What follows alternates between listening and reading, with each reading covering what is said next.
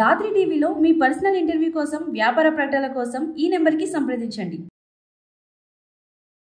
Hi hello నమస్తే, welcome to Dhatri TV. ఈ రోజు మనతో పాటు ఉన్నారు సీనియర్ సైకాలజిస్ట్ అన్నం సుబ్రహ్మణ్యం గారు. నమస్కారం సార్.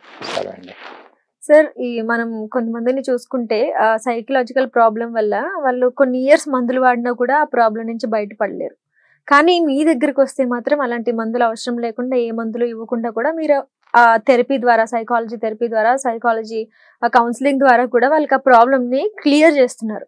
సో మీకు ఇది ఎలా సాధ్యమవుతుంది? అవునండి, మీరు చెప్పింది చాలా కరెక్ట్.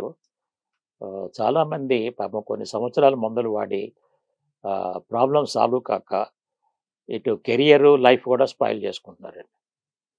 నాకు రోజు 10 to 15 ఫోన్ కాల్స్ వస్తాయండి. మా అబ్బాయి ఇంజనీరింగ్ చదువుతున్నప్పుడు స్కిజోఫ్రీనియా ప్రాబ్లం వచ్చిందండి. ఇప్పుడు 10 ఏళ్ల నుంచి మందులు వాడుతున్నాము, ఇంతవరకు ఏమీ తగ్గలేదు. ఇటు కెరియర్ పోయింది, ఇప్పుడు మ్యారేజ్ చేయలేకపోతున్నాము, లైఫ్ స్పాయిల్ అయిపోయింది. అట్లనే ఇంకా కొంతమంది ఓసిడితో 10 years మందులు వాడాము, అయినా తగ్గలేదు. ఓసిడి అనేది కూడా ప్రాబ్లమా సార్? అది పెద్ద ప్రాబ్లం అండి, చాలా మందికి తెలియదు. అంటే దాంట్లో కొన్ని రకాలు ఉన్నాయి అన్నమాట. ఓసిడిలో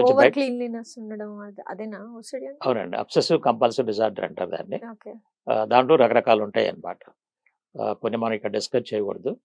అవి ఉన్నప్పుడు ఏమవుతుందంటే వాళ్ళు మందులు వాడినా దాంట్లో బయటపడలేరు అనమాట.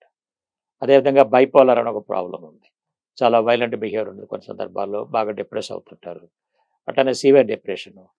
ఇట్లా ఏమవుతుందంటే ఇప్పుడు 10th class, intermediate, engineering, medicine ఈ లెవెల్లో ఉన్నప్పుడు కనుక ఈ ప్రాబ్లమ్స్లో పడ్డారనుకోండి, అప్పుడు మందులు వాడటం మొదలు పెడతారనమాట. మందులు వాడటం మొదలు పెడితే ఏమవుతుందంటే మందులు ఈ ప్రాబ్లమ్ సాల్వ్ చేయలేమండి. ఎందుకు సాల్వ్ చేయలేమంటే ఇవాళ మనకున్న మానసిక సమస్యలన్నిటికీ రూట్ కారణం మన థింకింగ్ అండి, మన ఆలోచన విధానం అనమాట.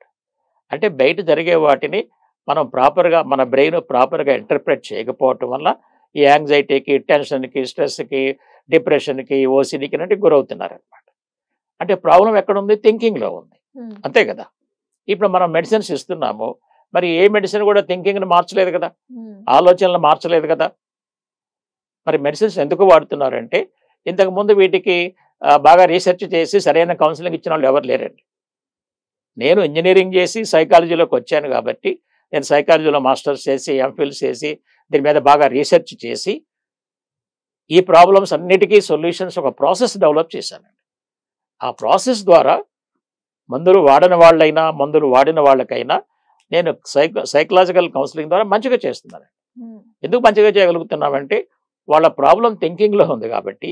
మేము కన్సల్టేషన్లు ఏం చేస్తానంటే దాదాపు ఒక 1 hour to 2 hours డీటెయిల్డ్గా మాట్లాడతామండి.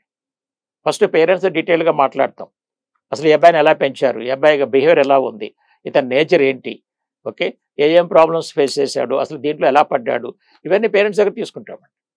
తర్వాత డీటెయిల్డ్గా ఆ పర్టికులర్ చైల్డ్తో మాట్లాడతామండి. అసలు నీ లైఫ్లో ఏం జరిగినాయి, ఎవరు కామెంట్ చేశారు, ఏమైనా ఫెయిల్యూర్స్ ఫేస్ చేసావా, ఎవరైనా వైలెంట్ సిచ్యువేషన్స్లో గురయ్యావా, ఇవన్నీ కూడా డీటెయిల్డ్గా స్టడీ చేస్తాం. అంటే మేము 1 or 2 hours స్టడీ చేసి ఇతని రూట్ ప్రాబ్లం ఎక్కడుంది, ఏ ఇన్సిడెంట్లో వచ్చింది, ఎక్కడ ఇతని థింకింగ్ మా ప్రాబ్లంలో పడింది అనేది ఐడెంటిఫై చేస్తామండి. అదే మామూలుగా సైకియాట్రిక్ డాక్టర్స్ ఏంటి, వీళ్ళు వెళ్ళంగా సిమ్టమ్స్ చెప్తారు, మందులు రాసేస్తారు. మందులు రాసేసి 1 month తర్వాత రండి అంటారు. 1 month తర్వాత వీళ్ళు వెళ్తారు, కొద్దిగా బెటర్ అయింది అనుకోండి డోస్ తగ్గిస్తారు, లేదు ఇంకా తగ్గలేదని అనుకోండి డోస్ పెంచుతుంటారు అనమాట. ఈ విధంగా 1 month, 2 months, 3 months, 6 months ఎట్లా ఉంది. తర్వాత కొన్నింటికి ఏం చేస్తారు, లైఫ్ లాంగ్ మెడిసిన్స్ వాడాలంటారు. మరి లైఫ్ లాంగ్ మెడిసిన్స్ వాడితే ఇతను లైఫ్ స్పాయిల్ అయిపోయినట్టే కదండి. అందుకని దీని మీద చాలా రీసెర్చ్ చేశాను అనమాట.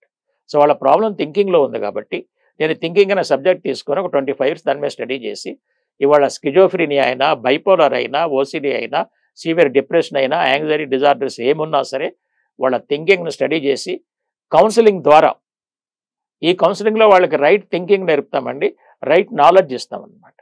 సో మేము నేర్పిన విషయాలన్నీ కూడా చక్కగా వాళ్ళకి చేత నోట్స్ రాపిస్తామండి. మీకు కొన్ని ఎగ్జాంపుల్ చెప్తానండి. ఒక అమ్మాయి ఇంజనీరింగ్ ఫస్ట్ ఇయర్లో జాయిన్ అయింది. ఆ అమ్మాయి అనుకోకుండా 10th క్లాస్లో కొంచెం స్టడీస్ నుంచి డైవర్షన్ అయిపోయి డిప్రెషన్లోకి వెళ్ళిపోయింది. 2-3 years మందులు వాడినా తగ్గలేదు, కానీ ఏదో నెట్టుకు వస్తుంది ఎగ్జామ్స్. ఇప్పుడు ఇంజనీరింగ్లో జాయిన్ అయింది, ఆ డిప్రెషన్ కంటిన్యూ అవుతుంది, మందులు వాడినా కూడా తగ్గలేదు. ఇప్పుడు ఆమె ఏం చేస్తుందంటే సూసైడల్ టెండెన్సీకి వచ్చింది. ఇప్పుడు నేను కాలేజీకి వెళ్ళిన మొండికేస్తుంది. సరే వాళ్ళు నా గురించి తెలుసుకొని నేను కౌన్సిలింగ్ వస్తే నేను చెప్పాను, ఈ అమ్మాయికి 4 months కౌన్సిలింగ్ ఇవ్వాలి అని చెప్పేసి ఫస్ట్ 1 monthలోనే ఆ సూసైడల్ థాట్స్ మొత్తం తీసేసి ఇప్పుడు హ్యాపీగా కాలేజీకి వెళ్తుంది. ఎందుకంటే మందులు థాట్స్ని మార్చలేవండి. నేను ఈ అమ్మాయికి నేర్పాను అనమాట.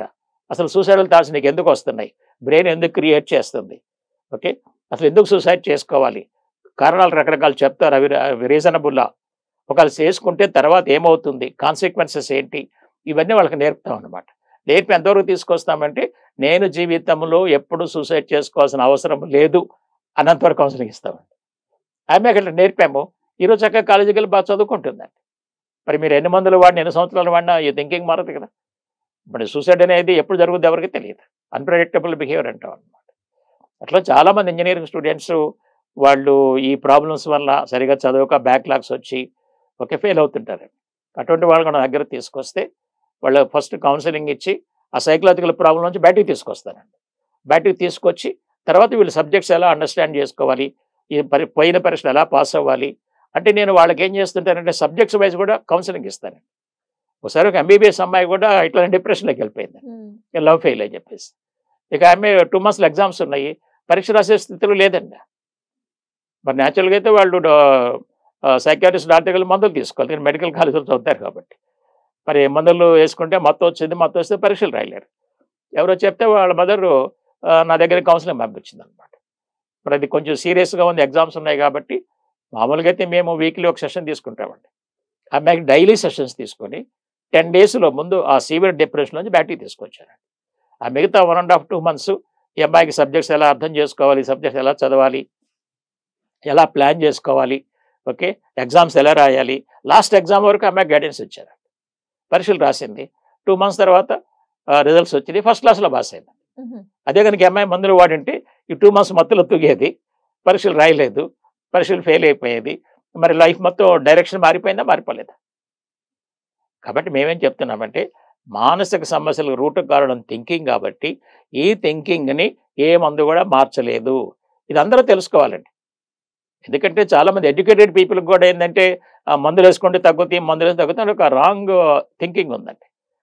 ఇది ఎందుకు వచ్చిందంటే మనం చిన్నప్పుడు జ్వరానికి, దగ్గుకి, పొట్ల నొప్పికి, తలనొప్పికి మందులు వేసుకుంటే తగ్గిపోయినాయి కాబట్టి ఈ మానసిక సమస్యలు కూడా మందులతో తగ్గుద్దని ఆశతో వెళ్తున్నారండి. ఎప్పటికైనా తెలుసుకోవాల్సిందంటే మానసిక సమస్యలు మందులతో తగ్గవు.